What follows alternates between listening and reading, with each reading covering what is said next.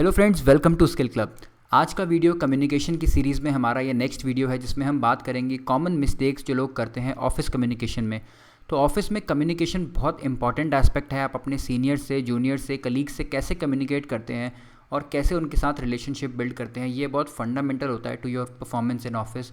आइए आज हम जानते हैं क्या कॉमन मिस्टेक्स हैं जो सब लोग करते हैं और कैसे हम उन्हें अवॉइड कर सकते हैं। तो सबसे पहले स्टार्ट करते हैं एक बेसिक अंडरस्टैंडिंग के साथ कि बहुत फेमस फिलोसोफर प्लेटो ने कहा है कि wise man speak because they have something to say, fools because they have to say something. बहुत कम फ़र्क है बट एक्चुअली में बहुत ज़्यादा फ़र्क है। देखिए, सब्सटेंस अगर नहीं है तो स्टाइल कितना भी हो मैटर नहीं करता। अगर आपके पास कोई काम की बात नहीं है, अगर आपके पास कोई फ़ायदे की बात या कोई इंपॉर्टेंट बात नहीं है, तो आप कितना भी एम्बेलिश कर लें इम्पैक्ट नहीं आएगा। इसी अंडरस्टैंडिंग के साथ, इसी कॉमन ग्राउंड के साथ ये वीडियो शुरू करते हैं। तो सबसे पहली मिस्टेक जो लोग करते हैं वो यहीं से आती है, जो जिस कोट से हमने स्टार्ट किया कि a lot of people are trying to sound smart and knowledgeable. कई लोगों को सिर्फ कहना है, उनके पास कोई बहुत डिफरेंट बात नहीं है कहने के लिए, या उनके पास कोई बहुत इंसाइटफुल चीज़ नहीं है शेयर करने के लिए, बट जस्ट बिकॉज डिस्कशन में वो पार्ट लेना चाहते हैं। एक इंसान के अंदर एक नीड होती है। एक मीटिंग चल रही है, 6-7 लोग बैठे हैं, आपको लगता है मैं ऐसा क्या पॉइंट बोलूँ कि सबको लगे कि हाँ यार, इसने भी बहुत अच्छी बात बोली है। तो वो आपको रिकॉग्निशन के लिए जो नीड है, वो आपका फोकस वहाँ होता है, ना कि इस चीज़ पर कि जो आप बात बोलने वाले हैं उस बात से ओवरऑल मीटिंग का, ओवरऑल डिस्कशन का, या इस आइडिया का, जिस आइडिया पे बात हो रही है उसका क्या फ़ायदा होगा। तो आपका फोकस इस पे रहता है कि भाई मेरी बात सुन के सबको लगे कि यार वाह क्या बात बोली है, क्या स्मार्ट आदमी है, नॉलेजेबल आदमी है। तो इस चक्कर में बहुत लोग मिस्टेक करते हैं। मिस्टेक कैसे करते हैं कि कॉम्प्लिकेट करेंगे चीज़ों को, या फिर जहाँ पर डिफरेंसेस नहीं है वहाँ डिफरेंसेस क्रिएट करेंगे सो दैट उनका पॉइंट ऑफ व्यू जीते दूसरे के पॉइंट ऑफ व्यू के कंपैरिजन में। एंड कई बार ऐसा होता है लोगों को नहीं पता होता बट फिर भी they will talk about that topic. आपको बहुत हाफ नॉलेज है उसके बारे में बट आप एडमिट नहीं करेंगे कि मुझे नहीं पता, आप उसको डिफेंड करेंगे। तो ये एक बहुत कॉमन मिस्टेक है। अब थोड़ा टाइम बदल रहा है। आप किसी भी चीज़ के बारे में अगर स्मार्ट, नॉलेजेबल साउंड करने की कोशिश करते हैं और आप पकड़े जाते हैं, बिकॉज इंटरनेट की वजह से आज किसी भी चीज़ को वेरीफाई करना बहुत आसान हो गया है, तो आपकी क्रेडिबिलिटी को नुकसान होता है। आपकी क्रेडिबिलिटी को नुकसान होता है तो लोग आपको नेक्स्ट टाइम सीरियसली नहीं लेंगे। तो this is the first thing. इसके लिए आपको खुद को समझाना पड़ेगा कि देखो, आज की डेट में हर इंसान के पास नॉलेज कोई बड़ी बात नहीं है। बात यह है कि आप नॉलेज को यूज़ कैसे करते हैं। तो अगर आपको किसी चीज़ के बारे में नहीं पता, आपको स्मार्ट साउंड करने की ज़रूरत नहीं है। आप अपना टाइम लीजिए, पॉज करिए और उसके बाद अपने आप को उस चीज़ के बारे में एजुकेट करिए एंड फिर बताइए उसके बारे में। सेकंड, कई बार लोग क्या करते हैं कि इम्प्रिसाइज होते हैं या अनप्रिपेयर्ड होते हैं विद योर कम्युनिकेशन। जैसे फॉर एग्जांपल, आपको आपका बॉस के साथ 4 बजे मीटिंग है जिसमें आपके let's say sales number discuss होने हैं, या बिजनेस प्लान के नंबर डिस्कस होने हैं, या लास्ट वीक जो आपने काम किया था वो डिस्कस होना है। अब आप उस चीज़ के बारे में अच्छे से प्रिपेयर्ड नहीं है। जब वो आपसे डिस्कशन करेंगे, आपसे कुछ क्वेश्चंस पूछेंगे, तो आप बहुत इम्प्रिसाइज आंसर देंगे। अगर वो आपसे ये पूछेंगे कि लास्ट वीक में हमने फॉर एग्जांपल कितने टोटल सेल्स किया, या हमने कितने स्टोरीज़ कंप्लीट की है, या जो भी आपके मेट्रिक्स हैं उन मेट्रिक्स पर डिस्कस करेंगे और फिर उनके ऊपर डीपर क्वेश्चन करेंगे, आप अनप्रिपेयर्ड होंगे और आपके आंसर्स वेग होते चले जाएंगे। जब आपके आंसर्स वेग होते चले जाएंगे तो आपके बॉस को या आपके मैनेजर को ये लगेगा कि शायद इनको बहुत अच्छे से अंडरस्टैंडिंग नहीं है, या फिर ये अपने काम को लेकर के थॉरो नहीं है। ऐसा ज़रूरी नहीं है कि आप अपने काम को लेकर थॉरो ना हो, बट ये क्लियर है कि आपने उस मीटिंग के लिए प्रिपेयर नहीं किया है। और प्रिपेयर नहीं करने के बाद जो सेकंड मिस्टेक आप कर रहे हैं वो आप इम्प्रिसाइज आंसर दे रहे हैं। एक्चुअली अगर देखा जाए तो ये मिस्टेक हम पिछली मिस्टेक से काफ़ी रिलेटेड है। आप इम्प्रिसाइज आंसर क्यों दे रहे हैं अनप्रिपेयर्ड होते हुए भी? क्योंकि आप स्मार्ट साउंड करना चाहते हैं। आपको पता ना हो या हो, आपको लगता है आपके बॉस को हमेशा ऐसा लगे कि आपको आता है, जबकि आप ये भूल जाते हैं कि जितना ज़्यादा आप बोलेंगे विदाउट प्रिपरेशन, उतना पता चलेगा कि आपको नहीं आता है या आपको कम पता है। कई बार ऐसा होगा, आपकी दूसरे डिपार्टमेंट्स के साथ मीटिंग है, वो आपसे कुछ क्वेश्चन पूछ रहे हैं, आपको डिसीजन लेना है, आप प्रिपेयर्ड नहीं है, but just to sound smart and just to like impress on them, आप एक डिसीजन ले लेते हैं, आप कुछ भी बोल देते हैं एंड बाद में रियलाइज़ होता है कि आपने बहुत थॉटफुल और बहुत प्रिपेयर होकर ये डिसीजन नहीं लिया था। तो सेकंड मिस्टेक ये है कि जो लोग करते हैं इम्प्रिसाइज और अनप्रिपेयर्ड रहते हैं। कोई भी मीटिंग है आपकी, कोई इंटरव्यू है, कोई डिस्कशन है, उसके लिए अच्छे से प्रिपेयर करके जाइए। जैसे एग्जाम्पल के तौर पर एक इंटरव्यू है आपका, आपको पता है फर्स्ट क्वेश्चन सामने वाला क्या पूछेगा, अपना बैकग्राउंड बताइए, अपने आप को इंट्रोड्यूस करिए। एक इंपॉर्टेंट टॉपिक है, एक इंपॉर्टेंट थीम है, आपके पास अपॉर्चुनिटी है to start the interview, to give a direction to that interview. उसके बाद भी 70-80% लोग उसको प्रिपेयर करके नहीं जाते और वहीं से वो बैकफुट पे चले जाते हैं। तो this is the second communication mistake जो बहुत लोग करते हैं। Third is judgemental tone. कई बार हम अपने कोलीग से बात कर रहे हैं या किसी से बात कर रहे हैं जिनके साथ हमारा प्रीवियस में कोई बैड एक्सपीरियंस रहा है, या हमें लगता है कि वो हमारी तरह नहीं सोचते। कई बार कुछ लोगों को लगता है ये तो काम करेगा ही नहीं, मेरा काम मानेगा ही नहीं। तो वो जजमेंटल टोन जब आप लेके जाते हैं वो रिफ्लेक्ट होती है। बहुत ज़रूरी है कि आप किसी इंसान की तरफ पर्सनली मत जज करिए। अगर आपके फाइनेंस डिपार्टमेंट ने लास्ट टाइम आपका काम नहीं किया था, तो ये नहीं कि जब आप नेक्स्ट टाइम उनके पास रिक्वेस्ट के लिए जा रहे हैं तो आप गुस्से में जा रहे हैं। Maybe they are also serving the company, उनके भी कुछ रिस्ट्रिक्शंस हैं, उनके भी कुछ कंस्ट्रेंट्स हैं। शायद आप उन्हें अप्रिशिएट नहीं कर पा रहे या आप नहीं भी करना चाहते, वो मैटर नहीं करता। बट मैटर ये करता है कि आप किसी की तरफ जजमेंटल टोन से मत बात करिए। आपकी कोई कलीग हैं, आपके कोई फ्रेंड हैं, कोई सीनियर हैं, जूनियर हैं, जो भी हैं, अगर आप जजमेंटल टोन से बात करेंगे तो वो इक्वेशन बात कभी उस जजमेंट से आगे बढ़ ही नहीं पाएगी। अगर आपने किसी इंसान से इस तरीके से बात करना शुरू कर दिया कि भाई तुम तो प्रोफेशनल हो ही नहीं, तुम्हारे साथ तो काम होना ही नहीं है, या नेगेटिव होना शुरू कर दिया उसकी तरफ, तो वो रिलेशनशिप, वो इक्वेशन ख़राब होती जाएगी और वो कम्युनिकेशन भी डिक्लाइन करता जाएगा, डिग्रेड करता जाएगा। इसके अलावा एक बहुत कॉमन मिस्टेक जो लोग करते हैं वो ये करते हैं कि सिर्फ अपनी साइड की स्टोरी सुनाएंगे। सो आप किसी के पास गए हैं, कोई फेवर मांगने गए हैं, या किसी ऑफिस में किसी दूसरे डिपार्टमेंट के पास गए हैं और आप उनसे कह रहे हैं कि आप मेरा एक काम करवा दीजिए, आप मेरा एक काम करवा दीजिए। अब उनके पास बहुत सारे काम हैं और उनके पास ढेर सारा वर्क है ऑलरेडी, और वो आपका काम करवाएंगे, ये उनके दिमाग में है, बट वो उसको प्रायोरिटाइज़ नहीं कर पा रहे। तो प्रॉब्लम ये है, आप हर बार जाएंगे सेम बात करेंगे, आपकी कम्युनिकेशन इफेक्टिव नहीं हो पा रही है। आपको पता है आपके पास सिंपल सोल्यूशन क्या निकलता है, यार इसके बॉस से बोलता हूँ, चलो इसके बॉस से बोलेंगे तब ये करेगा। ठीक बात है, वो करेगा अगर आप उसके बॉस से बोलोगे, क्योंकि उसकी प्रायोरिटी उसके बॉस के हाथ में है। बट एक सिंपलर तरीका ये भी है कि अगर आप किसी के साथ बात कर रहे हैं तो विन विन सिनेरियो क्रिएट करने की कोशिश करिए। विन विन सिनेरियो क्रिएट करने का सबसे पहला रूल ये है कि सबसे पहले सामने वाले की प्रॉब्लम के बारे में बात करिए। कभी भी हम जाते हैं किसी के पास, अगर मैं आपके पास आऊँ और मैं बोलूँ कल से आपने मुझे ये रिपोर्ट बना के देनी है, तो मैं आपके लिए एक नई प्रॉब्लम क्रिएट कर रहा हूँ without solving your existing problem. May be आपकी प्रॉब्लम यह है कि आपके पास इनफ टाइम ही नहीं है उस रिपोर्ट को बनाने के लिए।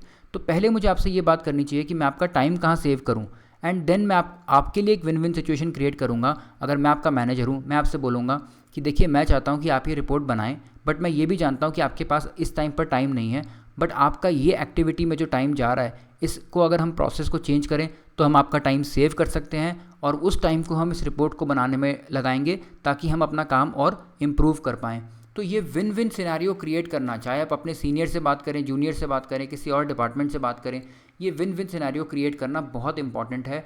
ये आपके माइंड में जेन्युइनली होना चाहिए कि आप जिससे काम के लिए जा रहे हैं, जिसके पास बात करने जा रहे हैं, उनको और आपको दोनों को फ़ायदा है इस इक्वेशन से, इस रिलेशनशिप से। अगर ये जेन्युइनली आपके दिमाग में होगा तो आप सामने वाले को भी कन्विंस कर पाएंगे। फिफ्थ है जो अगेन एक बहुत बड़ी मिस्टेक जो लोग करते हैं इन ऑफिस कम्युनिकेशन या even in personal communication, listening skills लोगों के बहुत वीक हैं।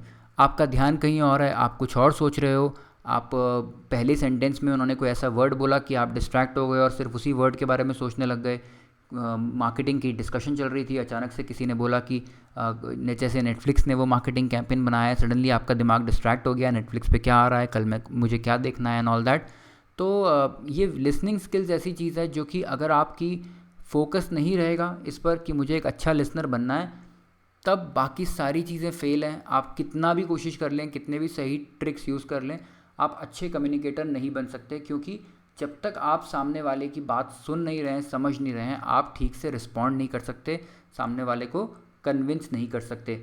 तो वीक लिसनिंग स्किल्स सबसे बड़ी मिस्टेक है जो लोग करते हैं। लोग क्या करते हैं कि पहले ही रिस्पॉन्स अपना सोच के आए होते हैं, उनका ध्यान बस वही होता है कि मुझे जैसी मौका मिलेगा मुझे ये बोलना है। कई बार मैंने ये चीज़ कॉन्फ्रेंस कॉल्स में भी देखी है, टीम कॉल्स में भी देखी है। लोग प्री मेडिटेटेड अटेम्प्ट्स और प्री मेडिटेटेड अपने स्टेटमेंट सोच के आए होते हैं, without even considering the flow of the conversation. वो अपनी बातें बोलते जाते हैं और अपना अपना बैकफुट लेते जाते हैं। ये बहुत कॉन्वर्सेशन के लिए बहुत अनहेल्दी है। अगर कहीं पर भी आपके एक पार्टनर की लिसनिंग स्किल वीक हो भी रही है तो दूसरे को इंश्योर करना चाहिए कि सामने वाला समझ रहा है कि नहीं समझ रहा। जैसे अगर आपको दिख रहा है कि सामने वाला इंसान डिस्ट्रैक्ट हो रहा है, तो आप बोलिए एक काम करते हैं, शायद आपने सुना नहीं, मैं आपको दोबारा बताता हूँ, मैं ये कह रहा था। तो आप सामने वाले की अटेंशन ग्रैब करिए अगर उसकी लिसनिंग स्किल्स वीक हैं। और अगर आप लिसनर हैं तो फोकस रखिए कि आपका ध्यान जब सामने वाला बोल रहा है तो रिस्पॉन्ड करने पे नहीं है, आपको जीतने पे नहीं है, आपको सिर्फ उसकी बात समझनी है। सिक्स जो कि अनदर इम्पॉर्टेंट मिस्टेक जो लोग करते हैं वो ये है अपनी बात ना रखना। कई बार क्या करेंगे लोग, कमिट कर देंगे कि ओके मंडे तक मैं आपको ये ईमेल भेज दूंगा, या फ्राइडे को हम इस बारे में मीटिंग करते हैं, या थर्सडे तक आप मेरे से डिज़ाइन ले लीजिएगा। तो इस टाइप की चीज़ों में जब भी आपने कमिटमेंट करी है तो उस कमिटमेंट को ऑनर करना बहुत बड़ा कम्युनिकेशन का पार्ट है, क्योंकि कम्युनिकेशन में लोग आपकी किस चीज़ पे ट्रस्ट कर रहे हैं, आपकी वर्ड पे, चाहे आपने रिटन में कम्युनिकेट किया है चाहे वो वर्बल कम्युनिकेट किया है, लोग अपने प्लान्स उस कम्युनिकेशन के हिसाब से बना रहे हैं। और अगर कोई भी प्लान चेंज होता है तो आपकी रिस्पॉन्सिबिलिटी है उस प्लान के चेंज को सबको अपडेट करना। अगर मंडे को आपकी मेरे से डिस्कशन हो और मैं आपको बोलूं कि मैं आपके साथ वेडनेसडे को ये आर्टिकल शेयर करता हूं, आप इसे ब्लॉग पे पब्लिश करिए, और वेडनेसडे को आप बोलें कि वेडनेसडे को मैं आपसे बोलूं कि ये आर्टिकल तो नहीं हो पाया, मुझे कुछ और काम आ गया था, और आपने अपने और काम प्लान कर लिए हैं बेसिस दैट इनिशियल डिस्कशन, तो आपका पूरा का पूरा प्लान मेरी वजह से ख़राब हो गया।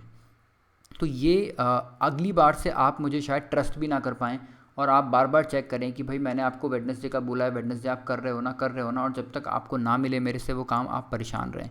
तो ये एक बहुत बड़ी मिस्टेक है। अगर आप अपने लॉन्ग टर्म में ऑफिस में क्रेडिबिलिटी चाहते हैं, ग्रो करना चाहते हैं, तो ये मिस्टेक कभी मत करिए। जितने ज़्यादा आप डेडलाइंस कमिट करेंगे उतना आपके लिए मीट करना मुश्किल हो जाएगा। अगर आपके पास आपका काम बहुत ज़्यादा डेडलाइन ड्रिवन है तो अपने आप को ऑर्गेनाइज़ करिए, टास्क मैनेजर्स और जो ऐप्स आते हैं प्रोडक्टिविटी टूल्स उनको यूज़ करिए, सो दैट आपका डेडलाइन ना मिस हो, आपके कमिटमेंट्स ना ब्रेक हों, एंड आपके कोलीग्स आपको रिस्पेक्ट करें कि हाँ अगर ये इंसान कुछ कमिटमेंट करता है तो एक्चुअली में वो कमिटमेंट फुलफ़िल करता है, और अगर नहीं कर पा रहा होता तो हमें पहले अपडेट कर देता है। 7th है इररिस्पॉन्सिबिलिटी वाले वर्ड्स मत यूज़ करिए। देखिए कोई भी ऐसी चीज़ जो कि आपकी इररिस्पॉन्सिबिलिटी दिखाती है, कोई भी ऐसी मैसेज कम्युनिकेशन, वो बहुत डेंजरस है ऑफिस में।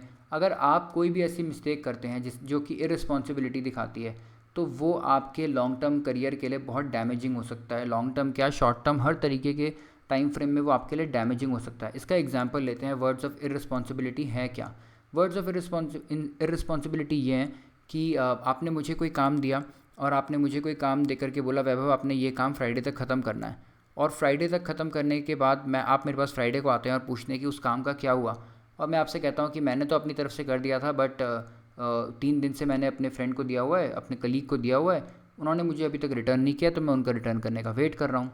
तो ये दिखाता है कि आप इररिस्पॉन्सिबल हैं। आपने काम तो ले लिया था बट आपने ये रिस्पॉन्सिबिलिटी एक्सेप्ट नहीं करी कि फ्राइडे तक आपको ख़त्म करना है। अब आप ये ज़रूर बोल रहे हैं कि गलती आपकी नहीं है, आपके फ्रेंड की है या आपके कलीग की है, क्योंकि उन्होंने आपको काम पास ऑन ही नहीं किया तो आप ख़त्म कैसे करेंगे। लेकिन आप जिसने आपको काम दिया है उसकी एक्सपेक्टेशन सोचिए कि उसकी एक्सपेक्टेशन ये है कि आप रिस्पॉन्सिबल हैं। अगर आप रिस्पॉन्सिबल होते और आपने रिस्पॉन्सिबिलिटी मानी होती कि फ्राइडे तक ये काम ख़त्म करना है, तो जब आपको दिखा था कि वेडनेसडे तक अगर ये आर्टिकल हमें नहीं मिला तो हम फ्राइडे तक नहीं काम ख़त्म कर पाएंगे, तो वेडनेसडे को ही आप एक इमरजेंसी मीटिंग बुलाते या एक टीम कॉल करते और ये इशू कंसर्न को रेज़ करते। बट आपने उसको रिस्पॉन्सिबिलिटी की तरह एक्सेप्ट नहीं किया, आप वो काम आगे दे के छोड़ गए और आपने सोचा कि जब आएगा मैं कर दूंगा, मेरा काम तो ख़त्म हो गया। तो ये एक एक्शन है ऑफ इररिस्पॉन्सिबिलिटी। इसके अलावा कई बार लोग साफ मना कर देते हैं कि मैं तो इस चीज़ के लिए रिस्पॉन्सिबल हूँ ही नहीं, मेरे काम में ये काम तो मैं करता ही नहीं। ये वर्ड्स ऑफ इररिस्पॉन्सिबिलिटी हैं, बिकॉज देखिए at the end of the day एक कंपनी या एक ऑर्गेनाइजेशन रिस्पॉन्सिबिलिटी की वजह से ही चल रही है। अगर सब लोगों ने मिल बांट के आपस में रिस्पॉन्सिबिलिटी उठाई हुई है तब तक वो कंपनी आगे बढ़ रही है। जिस दिन किसी ने बोला कि मुझे कोई फ़र्क नहीं पड़ता कि इस प्रोडक्ट का क्या होता है, इस बिज़नेस का क्या होता है, वो कंपनी एक्चुअली में डिक्लाइन करना शुरू हो जाएगी। तो वर्ड्स ऑफ इररिस्पॉन्सिबिलिटी या एक्शंस ऑफ इररिस्पॉन्सिबिलिटी, इनसे बहुत दूर रहना है, बिकॉज ये सब के लिए ख़राब है। हमारे ऑर्गेनाइजेशन में, हमारे खुद के करियर के लिए नहीं, हमारे कल्चर के लिए भी ख़राब है। लास्ट पार्ट जो बहुत लोग मिस्टेक करते हैं ये है ओवर कम्युनिकेशन। ये बहुत डिफ़िकल्ट है टू सी, बट कई बार क्या होता है आप किसी के साथ बहुत ज़्यादा बात करते हो, बहुत ज़्यादा डिस्कशन करते हो, तो आप मिसअंडरस्टूड होने लगते हो। लोग आपके बारे में बातें बनाने लगते हैं, आपके खुद के फ्रेंड्स, आपके खुद के कलीग्स आपके बारे में बातें बनाने लगते हैं। ये चीज़ मैंने वर्क प्लेस में होते हुए देखी है कि जो ओवर कम्युनिकेट करता है जितना, वो उतना मिसअंडरस्टूड होता है। यानी आप काम की बातें करिए, जो नॉन वर्क प्लेस बातें हैं वो आप अलग करिए, बट हर समय गॉसिप करना, दूसरे कोलीग्स को डिस्कस करना, कल वही कोलीग आपके बारे में भी डिस्कस करेंगे और आपकी ऐसी इमेज बन जाएगी कि ये तो बस लोगों के बारे में बात करने में इंटरेस्टेड है। जब आप किसी कोलीग से दूसरे के बारे में बात करते हैं तो आप ये ध्यान रखिए कि वो भी अपने माइंड में नोट कर रहा है कि आप ट्रस्टवर्दी नहीं हैं। वो भी आपके बारे में जजमेंट बना रहा है कि इसको मैं कुछ नहीं बता सकता क्योंकि ये कल को मेरे बारे में कहीं और जाके बात करेगा।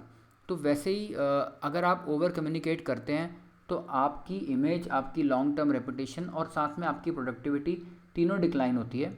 कम्युनिकेट उतना ही करिए जितना ज़रूरी है।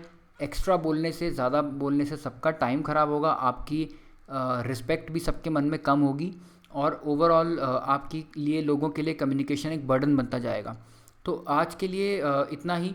एक जाते जाते अमेज़ॉन के फाउंडर जेफ बीजोस ने एक बहुत अच्छी बात करी थी कि जब पावर ऑफ साइलेंस के बारे में, कि जब उनकी टीम मीटिंग्स होती हैं तो उनकी टीम मीटिंग्स में कम्युनिकेशन में कोई भी बात स्टार्ट होने से पहले वो अपने टीम के साथ एक मेमो पढ़ते हैं। इस मेमो को पढ़ने से सब लोग सेम पेज पे आते हैं।